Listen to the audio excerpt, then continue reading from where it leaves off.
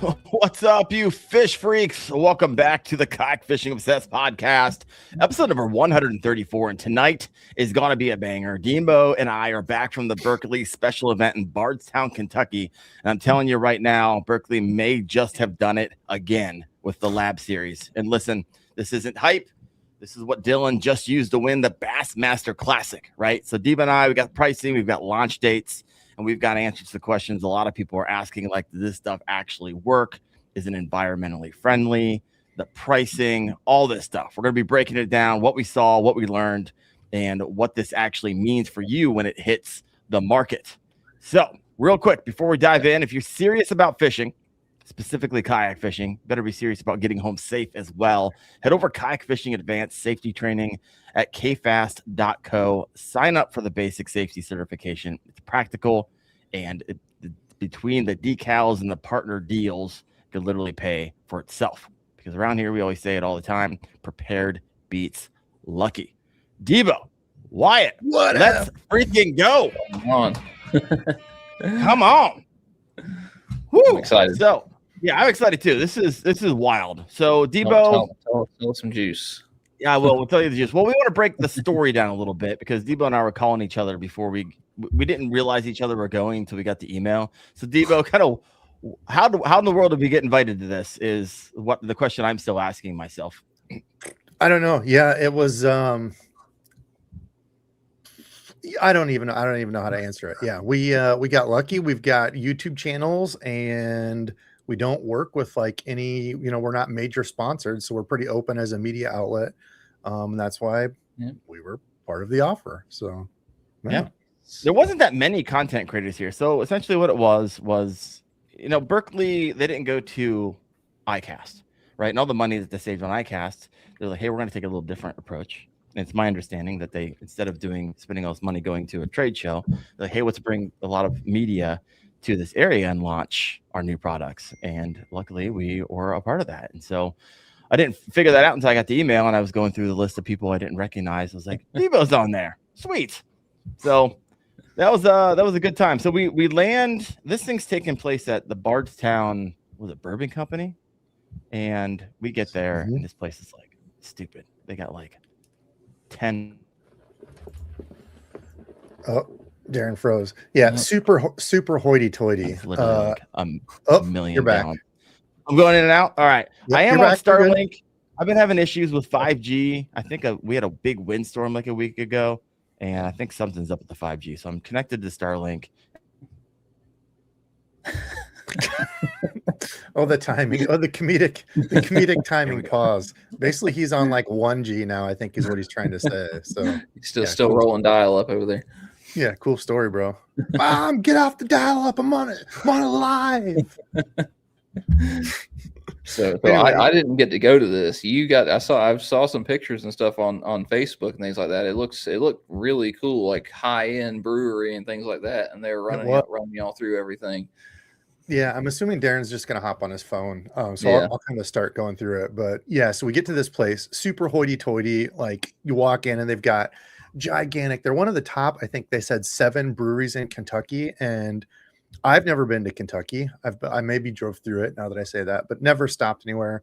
Dude, there's breweries all over in these big, huge storage things. I don't know what they call them, but the places where they store all the barrels, gigantic. And they had like, I don't remember, Darren and I did the math real quick when we were walking, a bajillion gallons of this whiskey aging in barrels. But anyway, we get in there. Thank God for Darren, because talk about feeling out of place. I'm like sitting there and we're talking, and the guy's like, no, I'm head of Humminbird and president, and this other guy's like, I don't remember, he worked for somewhere. And they get to me and they're like, what do you do? And I'm like, I'm Debo's Fishing. I have a YouTube channel. They're like, oh, that's cool. That's nice. I'm like, oh my God, thank God Darren's here. But yeah, so we do this big tour, and I'll wait for him to talk about the marketing deal that they did to have a doctor take us through this tasting experience. There he is. There's the man.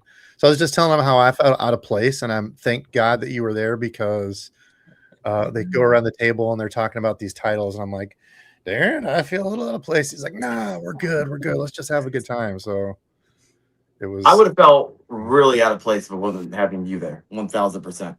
I didn't know anybody else there. I knew of people like, oh, there's the tactical bassing guys. I say you were buddied up with the tactical guys. Then I tried to get Darren after he talked to them. I was like, all right, dude, let's go sit down and talk about it. He's like, what? No, come here. He's like, I'm with you. So then he wouldn't even sit with me. He just sat with the tactical bassing guys and pretended like I wasn't even Oh my gosh. Messed up. Man. You're froze on my screen going, oh, that is the perfect shot right there. Yeah, there we go. You're back. I hate my internet. That's junky. Anyway, so go ahead. So I told him about feeling out of place. I told him about Bardstown a little bit. I don't know. I didn't know what all you wanted to go into. No, it's good. We don't want to finish. That's not why people come here to hear the story. It's kind of like fun to talk about, but the real juice tonight is essentially they allowed the media to post all of our stuff today because tomorrow they are going all out. Hog wild, if you will. Yeah. Nope, you're not frozen. You're good. Oh, maybe. Okay. Yeah. Anyway, yeah. So he just said, "Screw it, I'm out." So anyway, there was one cool thing that we did. We did a taste, smell, senses thing to tie in everything with like the new Berkeley scent and all that stuff, which we'll get to in a second. But the doctor was blind. Dr. Hobie was his name. Doctorate, and I don't remember something. Super smart dude.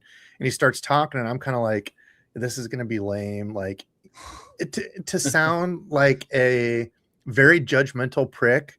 I was like, this is a blind guy. He's probably never fished. Like, this is gonna be dumb. And I couldn't have been more of a profiling jerk by saying that, because as he started walking you through it, it was like different smells, and then he was like taking you out through, like, once you sprayed them with water, how the smells changed and stuff, and you're blindfolded the whole time. So I'm sitting at the table with these, like, with the tactical bassing guys on my left, the head of like freaking Humminbird or some dude, totally out of place. And we're all blindfolded going through this. So it was actually really cool. Dr. Hobie does fish. He's a big saltwater fisherman. Nice. Yeah, so I felt like an absolute jerk. I told Wendell that, and he's like, wow, you are a prick. I was like, yeah. But yeah, it was really cool. So they tied it in because like you're taking these tastes and stuff and tying it in with smell. So it was really neat. Then they're like, okay, now let's go look at the stuff. Huh. So Wendell, I'll let you take it from there. That's when we got to go downstairs, and they had the whole array all set up, and this is where we'll have pictures and stuff. Yeah. So we get to these tables, and they have these cylinder water things. Like, obviously they're going to show off a bait, but what they showed off was kind of wild and crazy. So it's going to be, let me walk you through some of the media that we got here. All right. Which one? All right. So let's walk through what the first they talked before they even said anything. You guys see what I'm seeing here? Yep. So this is essentially the makeup of their new lab series. And so essentially they're taking their MaxScent, right? And they're layering it with their PowerBait. And then they're putting this rapid release slime, which disperses it over time. And if you guys saw on my podcast, on my YouTube channel today, it won't release obviously indefinitely, but it releases depending on the bait anywhere. Debo, wasn't it between 10 minutes and 20 minutes? 10 to 20. Yeah, I think they said the minnows are like 20 minutes. It probably just depends on how big the plastic is, but yeah, like 10, 15 to 20 minutes. And that is really the thing, right? And so the uniqueness is that it's poured, right? So you're going to have different layers, and they're building on what their 40 years of other things have been successful. When did they come out with all these things? Oh gosh, PowerBait. I mean, I was throwing that in the 90s. The one like big the one big differentiating thing to me that I never understood was the PowerBait is the taste. There's just a tiny bit of smell to it, really, but it's really the taste. Like when they grab it, it tastes, whatever they've calculated, it tastes good to the bass, which I've always had the most confidence in PowerBait. Like out of all the scents, like I'm never big on the sprays and all that. Yeah. Well, then they talked about the MaxScent, which is this really slow release. So it's a real gradual, kind of release that kind of helps aid the PowerBait. And then you've got this new addition to it, which is essentially this chumming of the water, this fish slime that's like this rapid release. And when he shows you the pictures, it's pretty cool. They dyed it purple. Normally it's going to be completely clear, like you won't be able to see it, but they dyed it purple just so we could see it in the tank. And yeah, it's pretty substantial. And I think Dylan Nutt, the young man who won, using it, super nice kid. Anybody that talks crap about him needs to get slapped because the kid's super nice. But I think he was even saying, like, when he wasn't getting bites, little rage. Yeah, like it. That's what it was, man. When he wasn't getting bites, he would be using one for a little bit. He'd tear it off and get a new one and automatically start getting bites. Now I don't know if that was all marketing or not, but it's a very interesting twist on scents and stuff. Because a lot of the scents, if they're not water soluble, they're not doing anything. Like if they're just an oil-based dip, doesn't mix with water. It's not actually dissolving into the water, so it's just there. Yeah, it's just extra. So we watched last week's podcast. All right, with Science of the Strike, those guys are freaking awesome. So this right here and how fast that is dispersing off of this bait, it's literally, this is a live photo that I just started like bouncing back and forth, and so it is dissolving fairly quickly. And then if you watch some of the other videos, like at the end of 20 minutes, it was slowly coming off, but it was all kind of at the bottom. And so this is on their Minnow. They have 3 different types here. Let's see what else they got here. Oh, and then the slime. I could barely pick the thing up. It was so slimy. See if I can go find this. I think it's this one. John Mango lasts about 20 minutes. The slimy, chummy stuff that comes off it. About 20 minutes is all it'll last. Yeah. Right now, they said they're probably going to say the same thing. Go ahead. So, well, yeah, because they're Finesse Worm. That's only going to last, what, 10 minutes? Yeah, I think they said 10 to 15 on the smaller ones. Yep. And so the Minnow is going to be the 20 minutes, which when we get the prices here in a little bit, you're going to be like, oh, man, that could add up fairly quickly. Now, I think it's important to know, even though when the slime and all the scents obviously is gone, it's not fully soluble, right? You're still going to have a great Berkeley bait. You've just essentially got a PowerBait MaxScent bait then, which is still better than, 8 out of other 10 things with nothing, no scent on it at all. So yeah. So what's your initial thoughts, Debo? We're sitting in the room, they break this thing out, and also you, Wyatt, seeing it for the first time. Like, I was going to say, go to Wyatt. What are all the thoughts? Go to Wyatt. What does Wyatt think? Yeah, Wyatt. I'm a huge MaxScent lover from the day that it came out. I wasn't big on PowerBait before, but I mean, just the water solubility of the MaxScent smell. I feel like the fish hold on it and fish chase it, and especially whenever you're seeing fish like stare at a bait, I feel like, I don't know, that smell helps them decide to eat it. And then this right here, as long as they give me a creature bait I can put on the back of a jig or something like that, or a punch or something, either that or a Senko I can wacky rig, I'm super excited for it. I don't know about this 20 minutes is interesting. I mean, I know it's still going to have some MaxScent, but I'm interested because I fish in the rain and stuff like that a lot. So I'm going to see what all happens if I get some water in the bag. Yeah, that was the elephant in the room. That was the elephant in the room, because the price, I don't know, Darren, if you've shared any of them. Kind of holding off on the price a little bit. I'm like MaxScent. They're not free. How many of these things? So I do I'll tell you that. What have I got? I got those creature hogs I fish with. They're like $10 now for 8 of them. But I mean, I super glue them on the back of a jig, and they last for hours and hours and hours. And I mean, even with the big like Magnum hit worms I throw on a shaky head, I just keep biting them down until they're like they're 7 inches long, and I bite them down until they're like 4 inches long before I get a new one. So I mean, they last forever. Yeah. So a couple questions out here. Does the slime stuff wear off after using it for hours, John Mango? Yeah. 10-15 minutes. If you're just popping in right here. And here's the thing, like, this wasn't even supposed to be launched.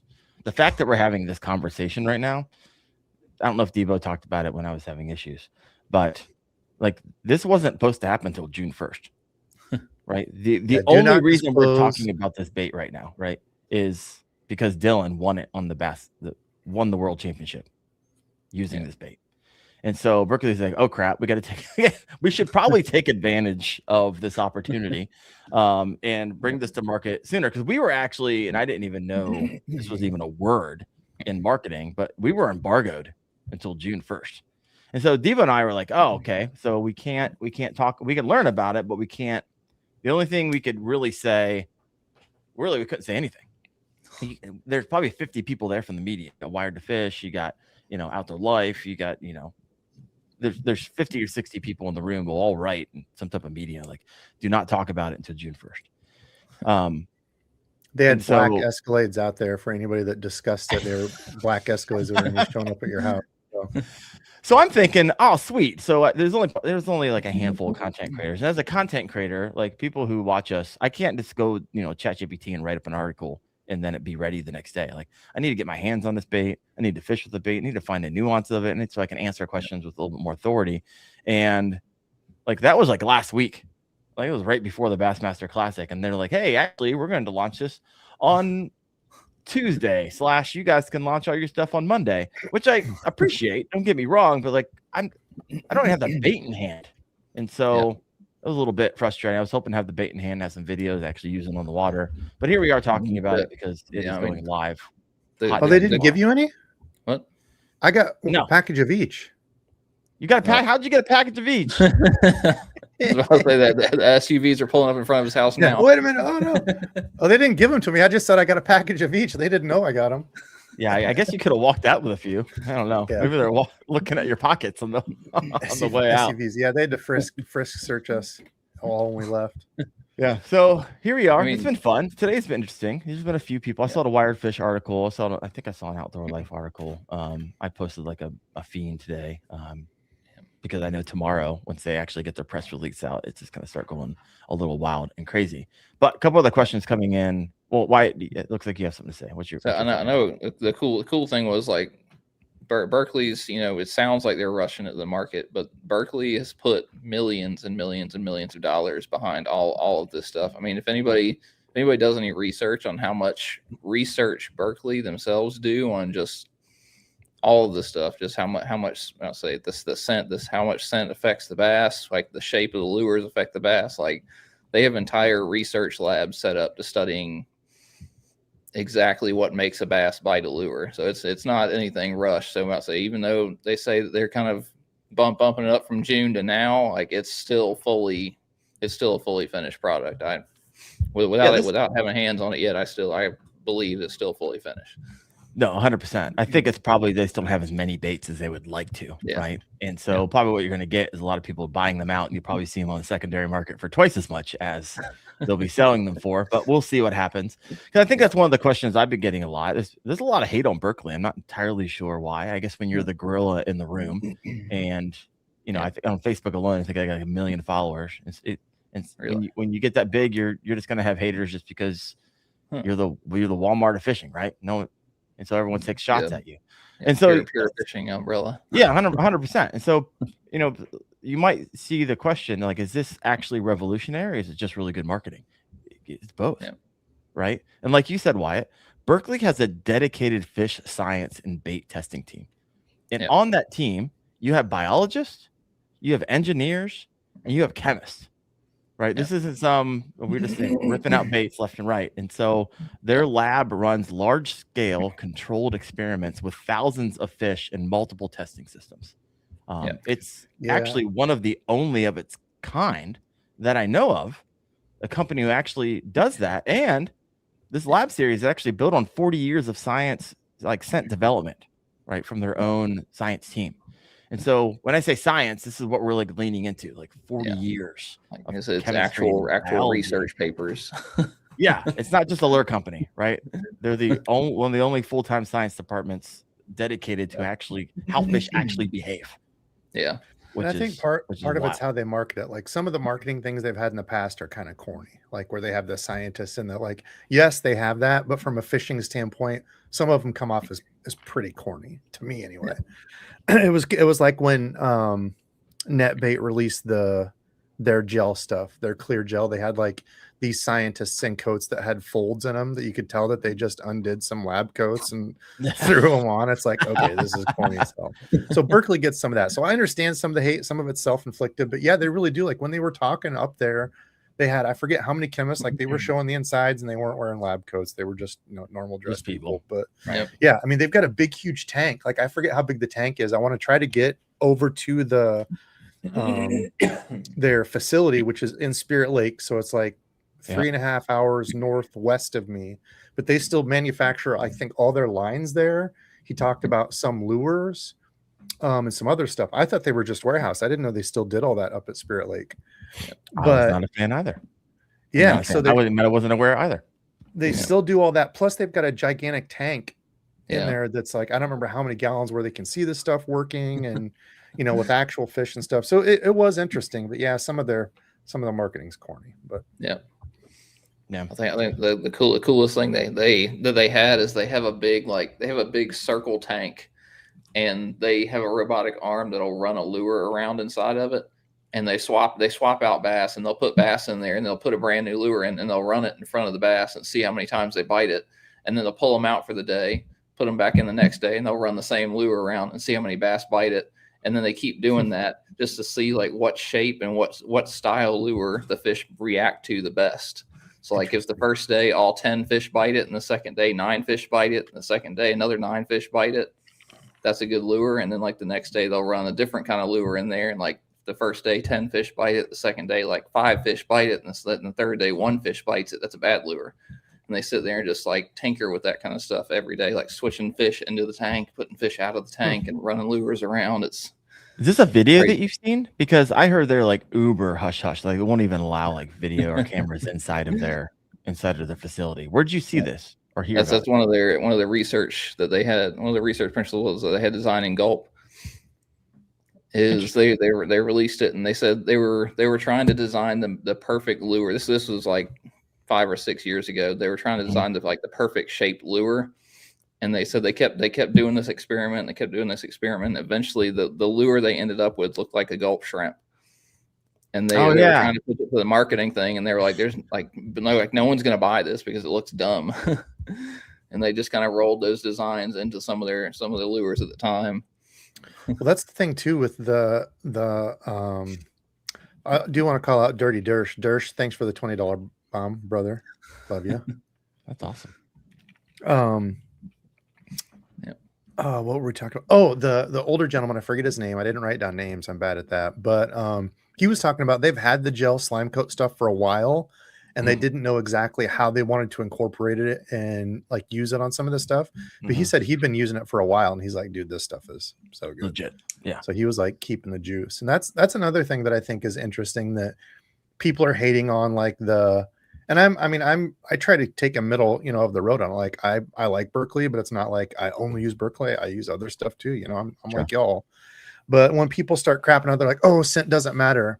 But then you've got these pros taking Taku's bite powder and the new bite gel and soaking it in these Tupperwares for 20 days, and then putting the powder on it. Like, yeah, bull crap. You telling me that you don't think scent matters when we've got a bunch of guys doing this.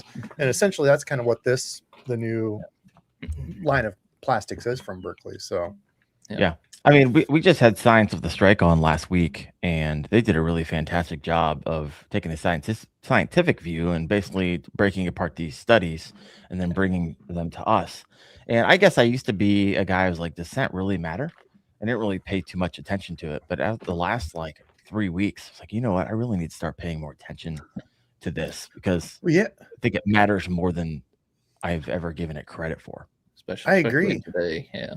Especially when they started talking about fish's nose compared to us underwater, they can smell essentially what would be the equal of a dog smelling in air is about the same distance and type of smelling that fish have underwater versus other fish. Now there's different fish like sharks that can sense blood from a bajillion miles away or, whatever. But he said for most like freshwater fish, yeah, it's about equal to that of a dog. And it's like, damn, that's pretty crazy. I mean, you think what dogs can smell and sniff out, right?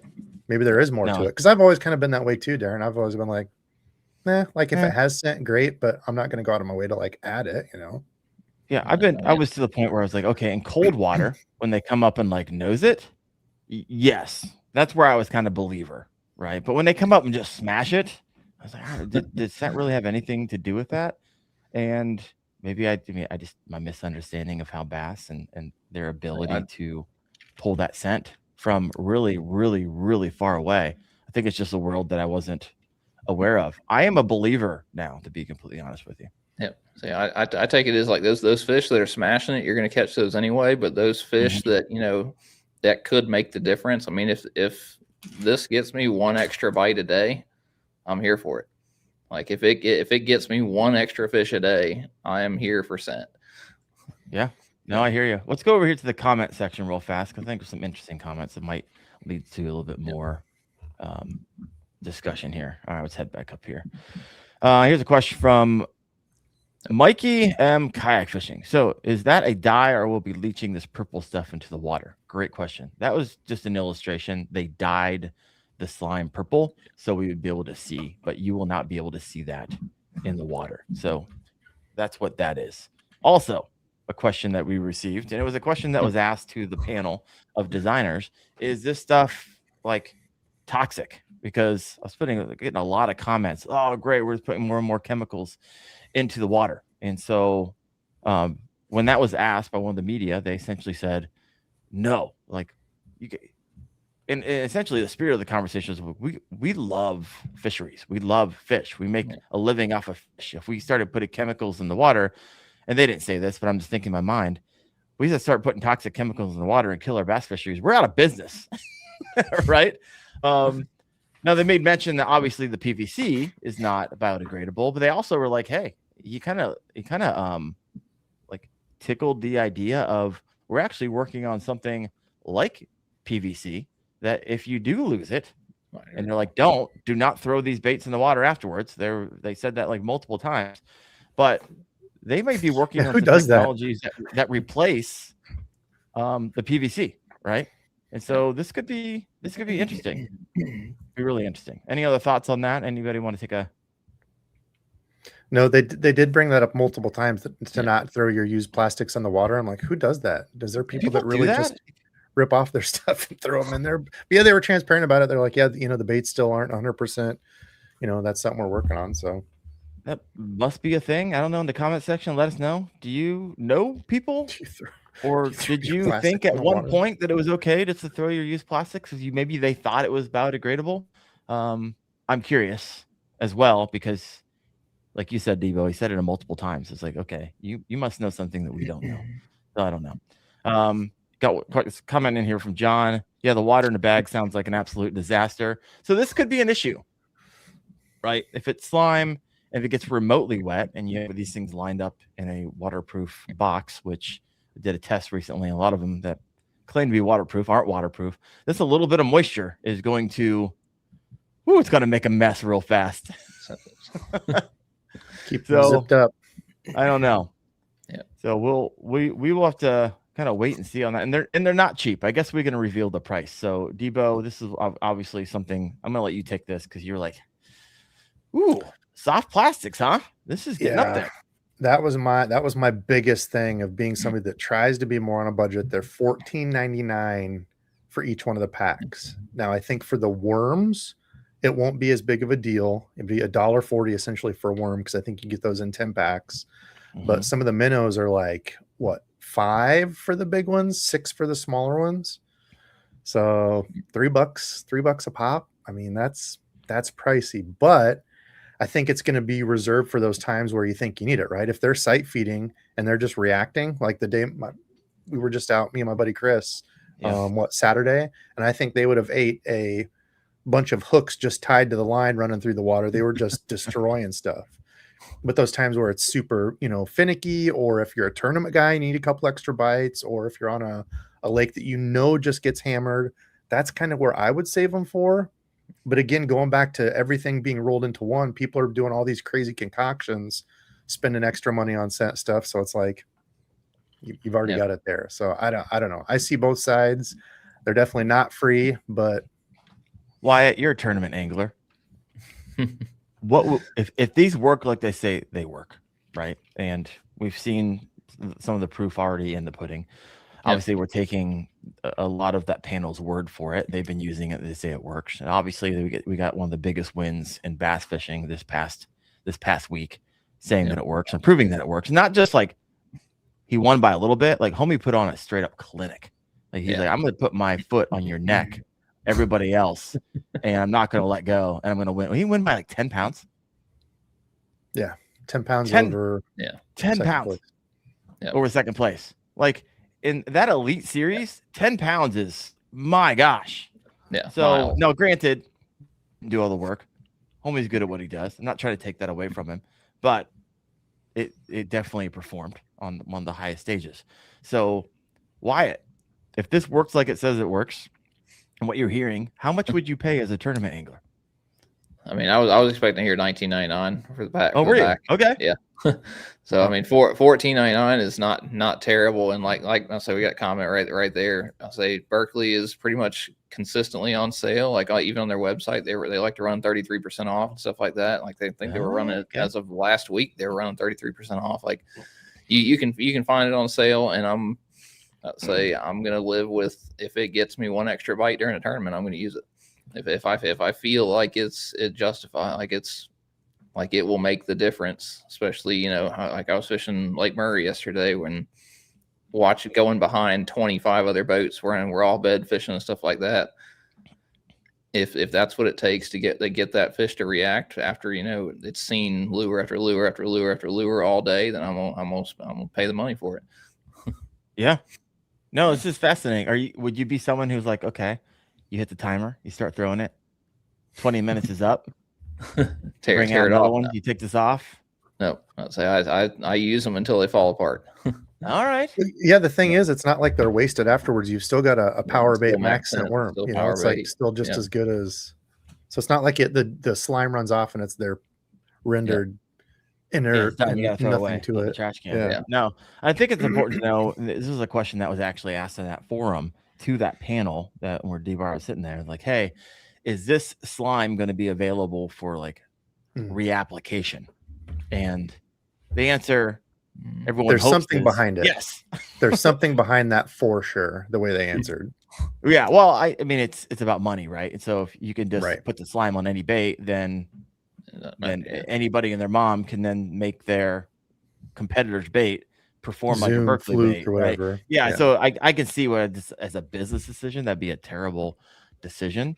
But maybe they definitely mold it though. They definitely mold that around, because when the question was asked, it was like everybody looked at each other like, as of now, no. Yeah, which tells me there's been long discussions on the pros and cons of, do we sell it as a glaze, right, or some type of curing type thing, which I think would be absolutely fascinating.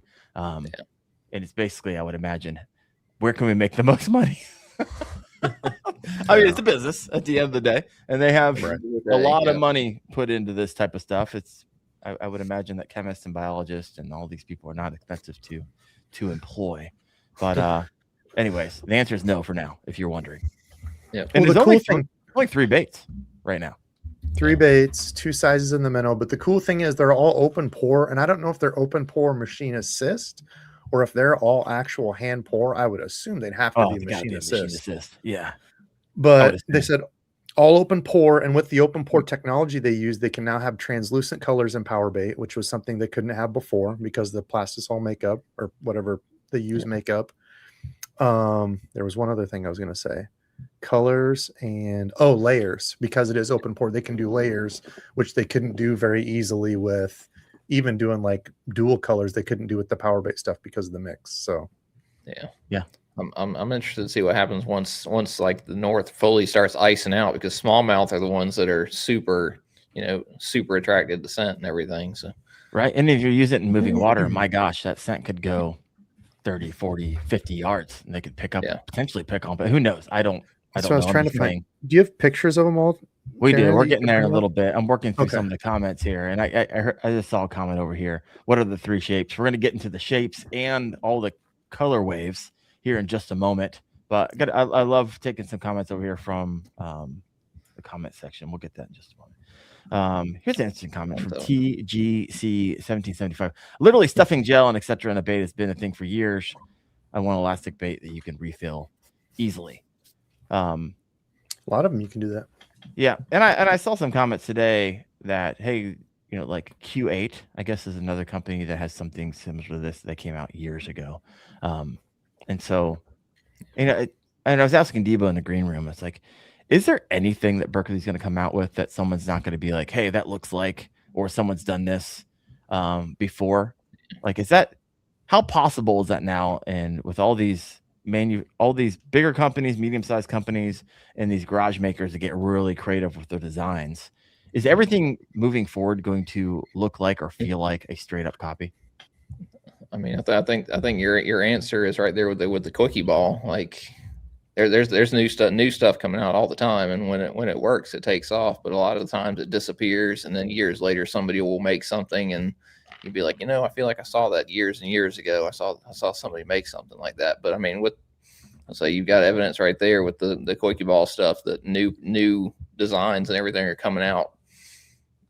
Well, even the whole minnow shaking. I mean, people were Demiki rigging and doing stroll and stuff for a long, long time before all this took off. And then, you just needed the perfect storm of forward facing plus this. And it's just 8 billion minnows on the market now. Forward facing is going to be interesting because I was actually talking to Chad Hoover. This is his thought. I was like, oh, that's fascinating because they're coming out with 360 live.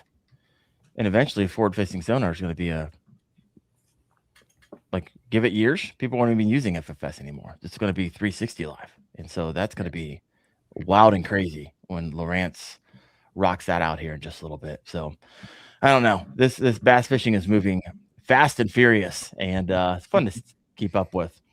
We got some comments over here. John Mango, MaxScent is basically the only thing I use from Berkeley. You got Adam Ward 4556. Berkeley Gulp is the only thing I use for pan fishing. I don't even bother with live anymore. Wow, that's a testament. My goodness. You got William, the amazing Bill Dance said the scent is the strongest scents in a bag bass. Man. Oh, wow. I haven't been paying attention to comments. There's 81 comments over here. Have you seen anything over there, Wyatt, that we should talk about before we hop over into some of the colorways and the 3 baits that they got rocking out?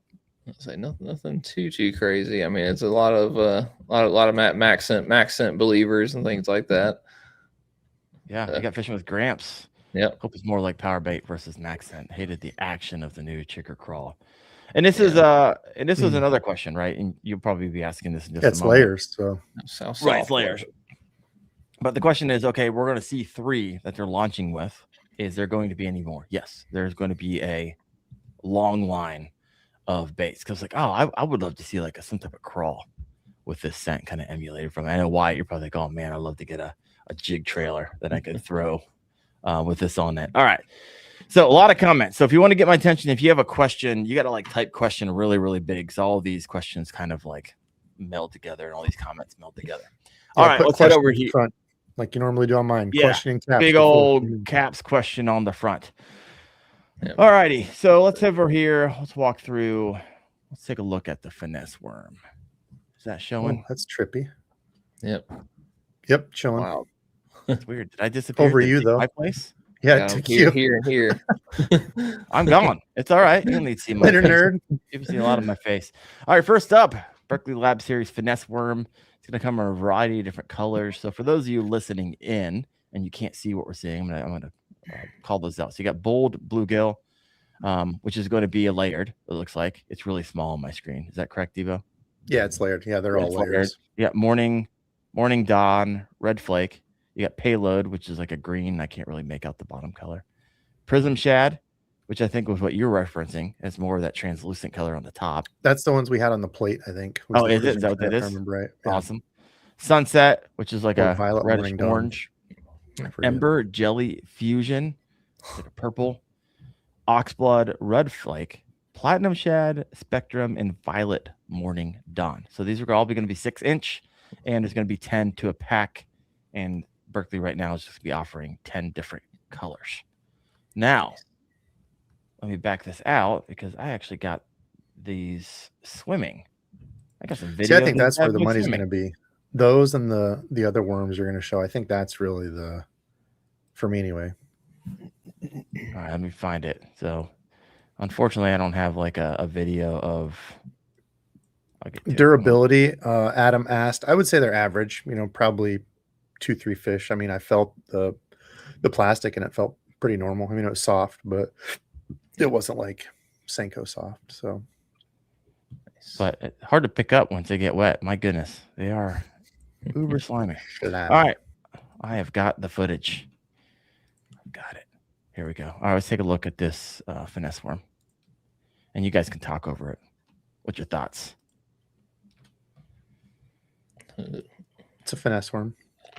Yeah, it's a finesse worm. I wish they had it dyed. I mean, that's what I wish. And so you can kind of see the how it moves through the water. It's kind of durability is also going to be kind of pulled out from that.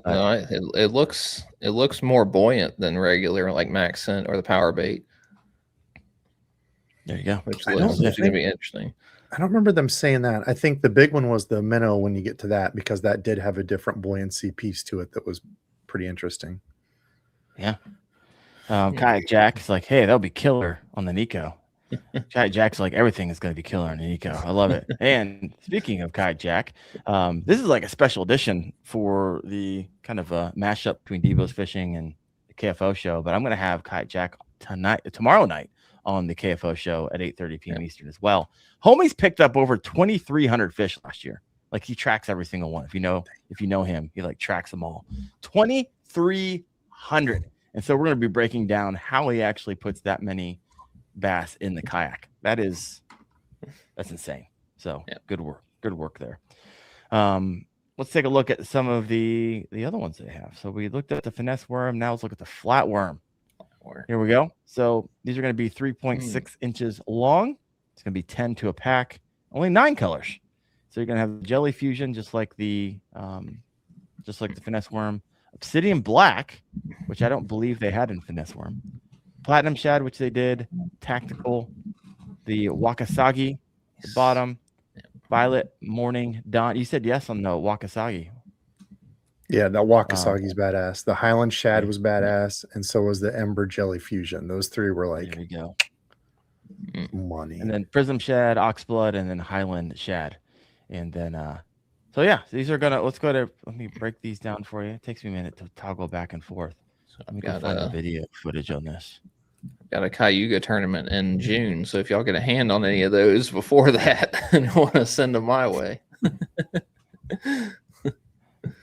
All right, here we go. No, I'm trying to get hands on them myself. I don't know that we'll even have them before June. Yep. We'll have to wait till they're released and just hurry up and buy them. Yeah, they were like writing like, "What's the feedback?" It's like, I need them in my hands. That's the feedback that I have now. I imagine now everyone, their mom needs them in their hands, so it might be a little bit difficult, but that's what they would look like on the drop shot. So looking pretty good there. Any thoughts there? They're flatworms. Yep. Are you a big drop shot? You're not a drop shot fisherman, Debo, are you? Not one bit. No. Not at all. I think I'd rather have somebody pull my teeth out and shove nails in my eyes than have to drop shot. I do remember this. Wyatt, do you do it at all? Yeah. I power shot in rivers and stuff like that, and I did it a good bit last year whenever I went to Champlain. Yep. I will say my stance has changed on it since fishing from a kayak. It's far more enjoyable fishing from a kayak because you can get it unsnagged versus the bank where you get it snagged and you're tying leaders and then you're doing this is funny. I've had Debo on the show, on the KFO show, I don't know, over the last couple of years. And I remember when Debo was like I love my Johnboat, I'll never get in a kayak. And then after a year later, he's like, I like my kayak. And he's like, I really like my kayak. Then he flips his kayak. He's like, I don't know about the kayak. Never flipped my Johnboat. Just saying. You flipped a Johnboat? No, I said I've never flipped my Johnboat. My gosh, what happened? No. You go over a dam or something? No. I did actually almost do that once. I was on the thing and I leaned down and accidentally slipped and hit the motor and I was going. Oh wow! So, almost. They had a boat at a Johnboat at the Bassmaster Classic that went over a dam. That was that one that was all beat up. Did you see that at all? What? Mm-mm. They had a Johnboat. I think they actually like sent it over a dam to show you what would happen. And then they put it in the booth and it was all mangled because like it got caught in the churn or whatever. I don't know. In the undertow or whatever they call that, dude, that would be awful. It would be awful. All right. And now let's head over to the The minnow. The girl of the hour, the minnow. All right, so this is going to come in two different sizes, 5.25 inches and 6.5 inches.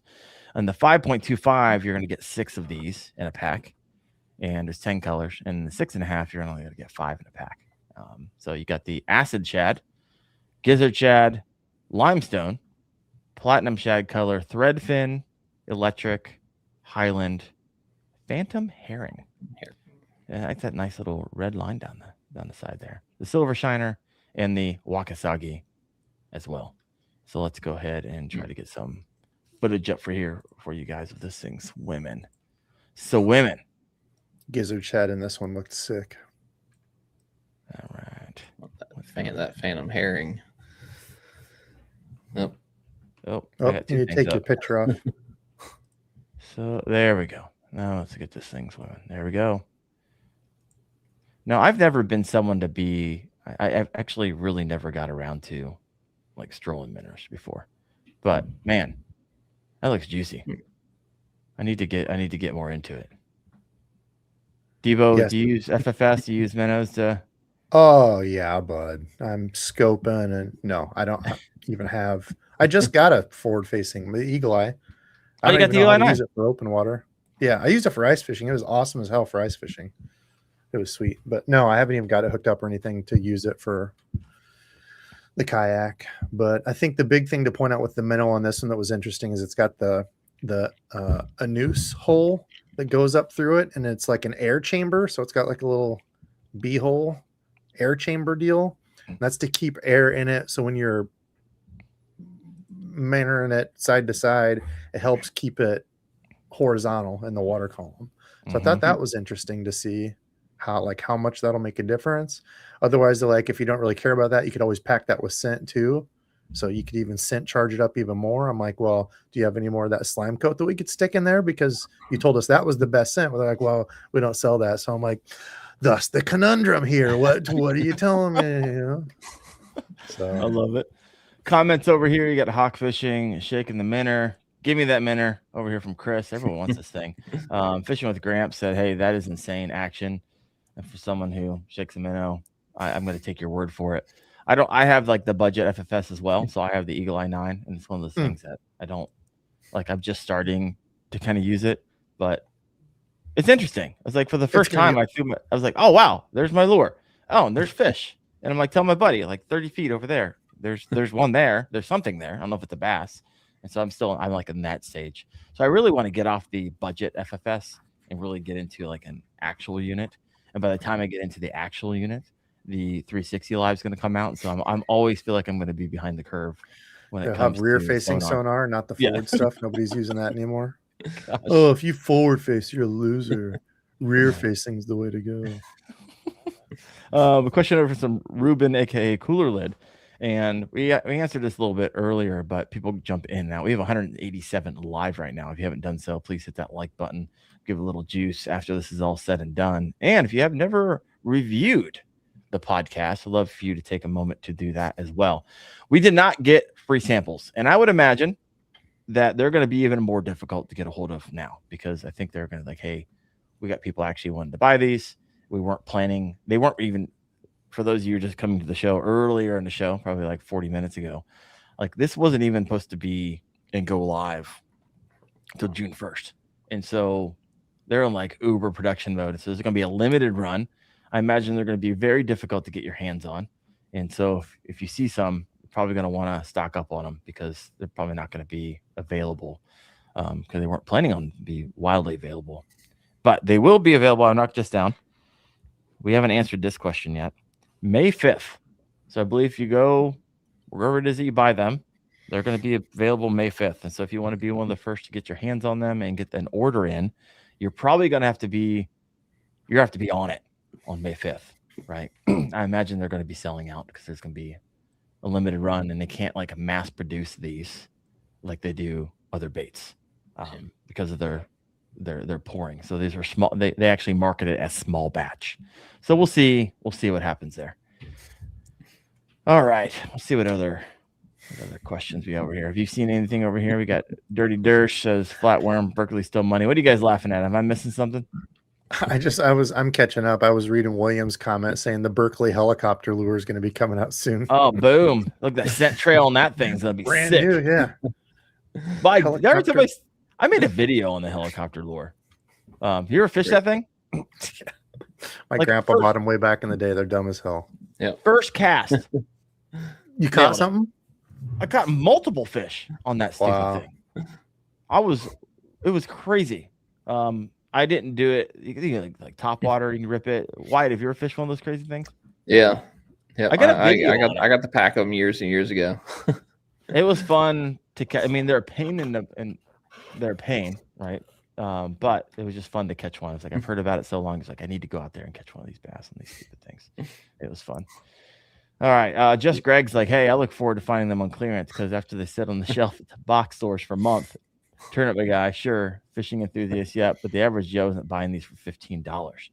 That was my take too. $15. Let me know in the comment section if you are a yes. I will try them. I will buy them, and if they work, I will continue to buy them at $15. Because what other soft plastics outside of your like soft swim baits, like your finesse worms, your flatworms, and your minnows, are up in that $15 range? I feel like it's kind of stopped at $10 on the soft plastic world. Let me know in the comments. Are you in for this? I'm curious. You got the munchie. Those things are like what? They're $15 each, but that's like a bigger swim bait. It's not a pack of finesse worms. I'm just curious. Or what would you need to see? I mean, weren't the how much for the What was the what are people famous for? The drift fry. The drift fry. So what now? Yeah, the drift fry. Those are like $14 a pack, and look at selling out of those shads. People are paying stupid money for those resell. Yeah, the Koike, $20, 22 what $23 now. Some places are selling for 35s retail for one. Now, granted, it's a TPE like stretchy stuff, but still, like one snag and bye. Yeah, there's a lot of comments over here. My gosh. Yep. All right, let's read some of these. All right, I'm starring a bunch of them. All right. You got Silver Punk. I'll buy a couple packs of the minnows to try. All right, fair enough. You missed Stinky River Tom. He threw a $5 bomb to you there. Oh, heck yeah. I don't know how I missed that. Probably because there's 400 comments over here. It's hard to keep appreciate you. Did he ask a question? Usually he asks a question. Big What was this question? If you go to start, it should be up there too. In the start things, I think it saves all those. There it is. I've heard some Northwood folks claim scent matters more when it's cold, mainly for ESOX. Any thoughts on this? Or is it an old wives' tale? Matters more when it's cold? I mean, whenever it was cold, that was when all the old timers were breaking out the pork frog. Yeah. I always this is where my understanding has always been, right? It's cold, then it matters more. But then again, I don't have scientists and chemists and biologists, and I'm not running tests every single day. And so I think I still think it's like to be proven. Now, granted, if you guys didn't hear it and you're just chiming in, Dylan Nutt he won the Bassmaster World Championship using the minnow. And so that's a nice little testament. But also we're sitting in front of the panel of people who created it. And although I have no reason to believe that they're lying to us. Also, this hasn't been wildly tested by the average person at scale. And so I'm really interested to see. Say what? That's what I think will be fun. Yeah, going out with a buddy and being like, okay, let's try to fish the same areas. You fish a Zoom trick worm with nothing on it. I fish this thing. Let's see if there's like a noticeable difference. Like we're fishing the same areas and it's like 20-1, something like that. Or is it like, oh, I caught one more? I don't know. I think it will be. I mean, I don't think Berkeley is going to put their name on something if it literally doesn't do what they say it's going to do. Right, that would backfire fairly quickly. So I believe they've got something. I think they've got something unique. Like they had something unique with PowerBait. They've had something unique with Gulp. They've had something unique with a MaxScent. They every time they launch something scientific or something new, it's usually a banger and it's usually a mainstay. And I have a feeling this is probably going to be the same thing. All right, let me see here. Dakota Strelo, $3.19. I'll buy him. $15 isn't too bad. That's I kind of we spend thousands upon thousands of dollars on a lot of things when it comes to fishing. Yeah. But I always feel like people are like, "Oh, $1 hook, man, that's just too much." And that's my line is the hook, or $10 for a pack of baits. I'm in. 15, I'm out. So now, granted, I know that's not everybody, but man, I don't know. This is going to be really interesting to see if that $15 price point. I believe tournament people are going to rip through them. I believe tournament, at the highest level is going to be like, hey, after 15 minutes, I'm just switching out to the next one. But that can get really expensive really fast. So we'll see what happens. Army Outdoors member for 33 months. My man, appreciate the support there. Great live, fellas. 2026 is going to be fun for us. 1,000%. I love Ralph. He actually rolled by my neck of the woods and was fishing a lake that I love fishing. Of course he did. Second largest bass lakes in Ohio. And I guess he didn't realize where I lived. That's because no one actually comes to Northeast Ohio. So I don't even know why he was up here. But the guy's met or knows at least 87% of every fishing person on YouTube. 100%. I see him all the time. He's got a photo of somebody knows everybody. Lives in a different state. Went to Easter breakfast with Mike Iconell and his grandma, if that tells you anything. So freaking love it. Not joshing 25 is like, I'm going to buy and resell to the idiots. I'll pay $100 for the pack. That's what they're doing with Sakamata shads. That's the thing that we were talking to the Berkeley guy about. It is, because I straight up brought it up to him. I said, $15 a pack, like that's tough. Like, have you guys, gone through the cost, stuff? I mean, like that's my big concern. He's like, we have. He's like, when we went through the release of the Flatworms with the MaxScent, there was people buying and reselling those for $40 a pack. There were for a long time, you couldn't get a Flatworm. Everybody was buying them up. Yep. If you were smallie fishing, you needed the Flatworms, so it's like they've done it. And I think it's going to be something for people that have a favorite. Is it going to be for the guy that walks through the tackle shop and is like, I'm looking for new lures? Absolutely not. But the guy that loves to drop shot or wacky rig, I think those worms are going to be money for those type of people, or they're like, I just need one color. I'm going to buy 3 packs and I'm good for, a while, that type of thing. But I mean, if they put this slime scent on a 5-inch stick worm, like a general, yeah. I mean, it's already stupid, the hit rate. And so to add that to it, I'm surprised they didn't start with that, right? Yeah, have a start with one of the most widely used techniques in bass fishing by everybody. You would be like, okay, we're just gonna come out of the gate with the stick worm. So here's a question, Wyatt and Debo and everybody else listening in. All right, so they're gonna launch these 3 baits, and we'll see what happens. What do you wish the next 3 baits are? Ribbon tail worm, creature hog. Why? What's the creature hog? Of course, the general. There you go. There's the 3. That's my 2. That's only why it's 1. I've got to see a creature bait, 1,000%. Now, if they can put the slime coat on any other lure in the market that's not Berkeley, what would you wish that went on? Like, what would you pair it together if you could do it? If they came out with like the gel and you could cure it on there and it did the whole dispersion thing. Fluke. Zoom fluke. Oh, there you go. Yeah. Probably be my chatterbait trailers. Yeah. Like a spunk shad. What do you run for your trailer? The 6-cent Shindo. Got the stink bug, pit boss over here. Berkeley Oh, dinger. Pit boss, great call. How did I not think of that one? Good call, Adam. Not joshing, wants a crawl, Senko, and fluke. He just wants those to come out so he can buy them and resell them to all the idiots. He's going to pay $100. D-bomb, there it is. That's what I want. I can put this stuff on the D-bomb. My gosh. Rage bug from Fishing with Gramps. 10-inch worm, general, chink trailer, creature hog, chicker crawl, pit boss. Man, a lot of different options in there. All right, let's take a look at some of the other things. This ringer, so this is what it looks like. So honestly, it looks like the bottom of a robo worm.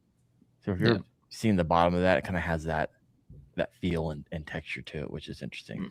The package is interesting because it comes across as uber premium. So when I had this in my hand, I was like, okay, they definitely did a good job of, if you're going to charge $15 for something, it definitely looks, it's commensurate with how the packaging looks. I think they did a fantastic job there. And I think, do you remember, was the clamshell thing inside, was it sealable? Yeah, I think it was. Because I think it only makes sense, right? Because you're going to want to keep that dry. I hope. I mean, yeah, because whoever said that about talking about moisture and stuff, if you have these sitting in your boat, sealable. Right here. Oh, okay, yeah, it was.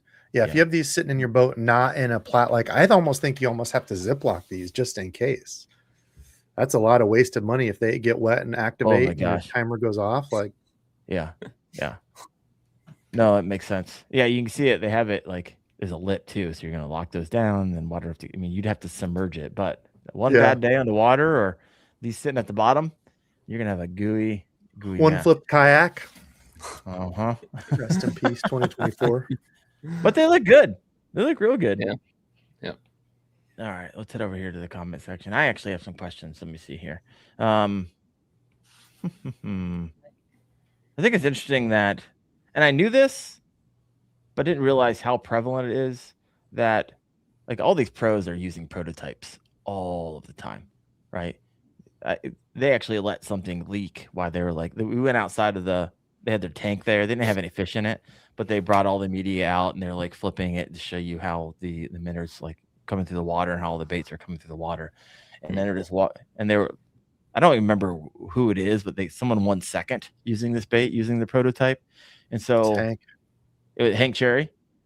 Yep. He won something somewhere. I don't know what it was, but he was using this bait as well. So it's actually like almost close to 2 wins with these prototypes that haven't even hit the market yet. So it was just kind of wild to me. He had a MaxScent grub out there on Gunnersville. Yeah. I have. Yeah, who knows? Got hands on the special slime beforehand. That's why he won. That could have been it. Because they actually mentioned it, and someone yelled for you weren't supposed to share that. And it's like, it makes me want to like remember it even more now, so I can share it with everybody. I didn't hear it. It's released now. You didn't hear it? No, I heard him talk. I couldn't hear what he was saying, and somebody else next to me was talking about it because I was trying to get footage of the stuff in the tank. Yeah. And they're like, you're not supposed to be talking about that. He's like, oh, well, my bad. My bad. You just told 50 of the top media companies around fishing. It's gonna get leaked. I love it. In fact, I think Hank is with Berkeley. Maybe it wasn't Hank. I thought he said, or maybe it was Hackney. Might be on TMZ next. Still. Yeah, because Hank, I think like pours his own. So I don't know. Maybe I don't know what I don't know. All I know is that there was someone who had a top 3 finish using this bait as well. So I was like, all right, this is fascinating. It's starting to stack up. So we'll see what happens. If you have any additional questions, I think we answered hopefully a lot of those for you. But we answered the environmentally friendly or biodegradable. We answered the pricing. We answered how long it'll last. We answered can you reapply it. How much of the advantage is this really going to give over standard plastics? I think it's like to be determined, to be seen. Do you think this will be easy to find, or they're going to be constantly sold out? I think they're going to be constantly sold out for a while. I think they're going to be tough. I guess we don't know. We truly don't know the manufacturing like prowess that Berkeley has. And so is it marketing to say that it's small batch? And what is small batch for Berkeley versus small batch for 10 million SKUs is small batch for them. It's all perspective, right? No, this has been interesting. So something that's been interesting to me is as I've been diving into Berkeley has been Hank Cherry used a prototype grub. No, I don't think it was the grub. It might not have been Hank Cherry. He's on Berkeley. One of the pros was like top 2 or 3 and almost one on it.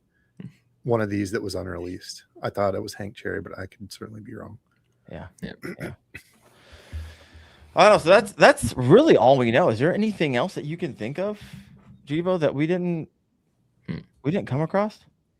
That was a question that wasn't answered. Asked and answered that we didn't talk about. No, I think we hit the big things. Yeah. Yeah, this is going to be This is going to be an interesting show. Now, when we get our hands on it, of course, we'll do our best to kind of bring our thoughts, but we will see. We'll see what happens. I'm interested to see how they perform. Yeah, 100%. And we're going to get hopefully someone from Berkeley who's actually on that. There's 4 guys up on the panel. Yes. And we asked him, and Debo, since we had a really great conversation as we were feeling really out of place with a lot of other people there. He broke the ice for me. He did. Yeah, I don't know how about you, but when he came over and like sat with us and talked to us, because we had kind of talked before, so I think he kind of remembered me. But yeah, completely sat down, was down to earth. Really looking forward to having him on. Yeah, it'll be another joint live like this, me, Wendell, and him. I think we're looking at May probably. So yeah, a little we'll bit. But there's some red tape, and I think it was like, hey, since with my role, which is one of the designers at Berkeley, like I have to get these type of things approved. I would imagine, and I noticed this when I went down the Humminbird. Versus a lot of other companies that I've kind of done factory tours for, it got real corporate real fast. And when you get larger and larger, of course, they're trying to protect the brand and trying to make sure these launches are, things don't leak. Make sure they got to vet the people that they allow to go on shows, and so it might take a little time. But yeah, this be. I mean, you're out. You're only how far? You're actually. It's across the state for you, but you're closer than I am to Berkeley, correct? Yeah, 3.5 hours. So I'm gonna try to get out there, set up a thing, and go tour it, and hopefully I can film. I don't know if I can or cannot film. I would hope so, or else it would be boring for y'all. But we'll see. Maybe. Now it would be money if they did some type of sneak peek factory tour. Freaking, I'd fly out for that. That'd be amazing. But it's my understanding through some of the research that I've done today that they don't allow any filming unless I'm sure it's highly curated from their own team. So I could be wrong, but that's the information I found today. And so you're not going to be able. This might be the reason we haven't seen like a lot of these testing, fishing tanks and all these type of things outside of what they wanted you to know. But I've yet to see a content creator walk into Berkeley and pull out a video, like a factory tour video. You haven't had Debo out there yet. I mean, I know, right? That'd be freaking awesome. You got Mike on the Water TV. He's like, hey, I'm like 25 minutes from Berkeley, and I used to work there. Oh, that's awesome. What you used to do there, Mike? I'm curious. Yeah, the only thing, I could have swore that changed when it's been a while back when they moved some of the stuff, but they have like an outlet there that I've actually, my buddy's been to and shopped for me. But they have an outlet like of Berkeley stuff, like old discontinued rods. They'll like destroyed packaging or things that didn't, like you used to be able to get huge things aligned where like the plastic got broke on it or something for dirt cheap. You get older rods. That is awesome. They used to do that in Columbia, South Carolina. The Pure Fishing, like because Pure Fishing's up there, and they used to have all of their it was Fluger, Shakespeare, Ugly Stick, all that. You'd go into a warehouse. I mean, 200,000 square foot warehouse, and there's just trash cans of rods, just all like factory seconds and Fluger reels by the just truckload in there, and you can buy them all for like 80% off. Yeah, we used to get 8 billion line roll spools of trilene mono XL red box. Yeah. Still love it to this day for dirt cheap. Dude, we just need to go out there and just fish Spirit Lake with some of the Berkeley guys. That's what we need to do. I would love to. There's 2 parts of it. I forget which is which, east and west. One is like super deep and clear and scares the hell out of me. The other one's cool. You just need a boat or some sort to get out and around on it. And I never took my Johnboat up there because it had little sissy wheels. You can only go like 55 on, or else they'd explode. So, we actually got an answer back from Mike on the Water TV. He said he worked in the plastics gulp and packaging, and it's called the Fisherman's Factory outlet. That's what you guys are referring to. And he says you can still get huge spools of line still there. Yeah, they would have some badass sales. Yeah. Then you got Ben Wilkie over here commenting. He said, I think Tyler Berger, which is Bass Fishing HQ, also in Columbus, one of the other creators in Ohio, mentioned a big tour with a bunch of social media guys, but I never saw any of the footage. I haven't seen that either. Doesn't mean it doesn't exist. So if you know that is out there, I would love to actually watch it. Doesn't mean it's always a no. I know with Humminbird, I haven't seen another factory tour out there, but somehow I was able to get my claws in there, and that's awesome. It took a while to get that approved, but we got it approved. That is up and going. It's at 30,000 views. So if you want to see in Eufaula, Alabama, the only fish finder still made here in America, you want to see that factory tour, it was fascinating, absolutely fascinating. Like from the PCB board all the way to packaging, like that's all done in Alabama, which is wild, just wild. All right, you got some Dakota. I get some good Abu Garcia deals. It's Fishery Factory Outlet. We need to make this happen. So whenever we get our contact Debo, and when we have them on, we have a little sidebar in the green room. Like, hey, we gotta make something happen. One, I gotta get out. We haven't fished together ever. We've drive out here. You got a place to stay. Drive. Gosh. Yeah. From where are you at? Ohio? Freaking way. Northeast Ohio. No, it's I think a lot longer than you think. 4 or 5 hours you'll be here. 4 or 5 hours. I can't get to Chicago in 4 to 5 hours. He's like, I got nothing. Wuss. I just drove the Guttersville and back. I'm tired of driving. I want to do some more fishing.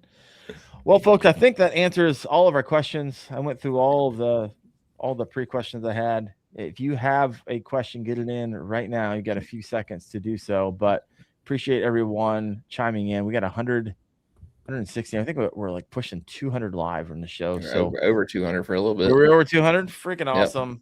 Yep. Debo, thanks for making this happen. And I look forward to probably in May to having someone who was part of the design of this on the show, and we can pepper him with a bunch of questions he probably won't be able to answer, but we're going to ask him anyways.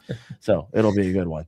But real quick, Debo, what do you got going on the next week? You got podcasts coming up. You do them on Saturday nights. Who do you got coming up on the podcast? Who do I have? Let's see. Well, I've got a couple secret guests. I'll have to get lined up from the Classic. I was honestly a bit disappointed with the Classic because I met some people. You know, I started going through and I'm like, man, some of these people didn't really want to talk. They were kind of, I wouldn't say they were jerks like the first time I was there, but they were very not interested. And the Berkeley guys really helped kind of put it into perspective for me, because it's like, listen, they're selling crap all day. They're telling this story to millions of people. Probably the last thing they want to do is, you know, have to do a video for somebody, even if they like, even if they know, you know. I'm like, yeah, so that kind of helped. But after I got back, I kind of had like a mental meltdown. I was like, oh man, I wasted my time. I was starting a new job. I was like, did I do the wrong thing? And I'm like, actually, I made quite a few really cool acquaintances. And, you know, it's something that I take for granted. You know, I may never get to do that again. So I did get some cool folks I think I'm going to have on the show. Otherwise, yeah, nothing crazy, man. Same stuff. Trying to do some new lures, some new gear. Excited to see what's going to come out of ICAST. Are you going to ICAST this year? Look at that. At the same time. I don't know. You have to wait till they send the email of who's attending. Then you'll see. I hope so. I'm planning on it. Yeah, I'm planning on it. Awesome. Have you gone before? Never. Okay. So what's interesting between the Classic, right? I think they touted 150,000 people at the Classic, which, trust me, there's a lot of people there. However, how they count that is they have people sitting at the door. I don't know if you saw them. They're just clicking, click, click. Click. But there's multiple places you can go out and in, because it's not just one giant convention center. And so if you walk out and go in, you get clicked again. If you walk out and go in, you get clicked again. And if you got to the food truck and walk back in, or you walk, you know, you can be clicked like 15 times a day. So that number is definitely inflated. But nonetheless, let's say there's 120,000 people there. Still a lot of people, but very difficult to have conversations with. Or these meaningful conversations. The beauty of ICAST is only like 15,000 people there, so it's just trade showish. It's not open to the public, and so you're able to have a whole lot more meaningful conversation. So I think that'll be a whole different experience. I know it was for me. In fact, that's the reason I didn't stay for day 2 of the Classic, because I was like, oh man, it's gonna be a ton of people, gonna be a ton of parking. It's packed. I'm a germaphobe, to be completely honest with you. Every time I go to some type of with a lot of people around, start shaking hands, I always get sick, and I can't afford to get sick as the breadwinner of my family now. And so I can't be out for a week. That's just that's brutal on a lot of different levels. So we'll see what happens. But Debo, appreciate you. Tomorrow night, On the KFO show, I have the man who's caught over 2,300 bass, and we're not talking like, did he actually catch 2,300? Or is that just a number? No, like homie tracks every single one of them. We got Kayak Jack, Marty Hughes, a friend, big fan of what he's doing, and he's gonna be breaking down the Neko rig, something he has dialed in like a freaking machine. And so Wyatt will be on too. Wyatt, any last words? Any additional thoughts? Nope. I want to see if Marty's going to be using any of this stuff. So, heck yeah, freaking yeah. So hopefully, trust me, when Debo and I get our hands on it, and Wyatt gets our hands on the new Berkeley Lab Series, we will let you know. All right, folks. Yep. You guys have a great rest of the night. I will see you tomorrow night at 8:30 p.m. Eastern. Debo will see you this Saturday at 7:35 p.m. Central Standard Time. There we go. 7:35. That's what I set up for 7:35, so I make it. Why 7:35? Well, because anytime I set it for 7:30, I was always like 4 or 5 minutes late. So I just set it for 7:35 and plan on being on at 7:30, and I make it on time. So strategic. Hey, plus playing mind games with yourself. I love it. All right, folks. Appreciate y'all for chiming in. I hope you learned something new, and we will see you on one of our podcasts in the future. You guys have a great night. We'll see you.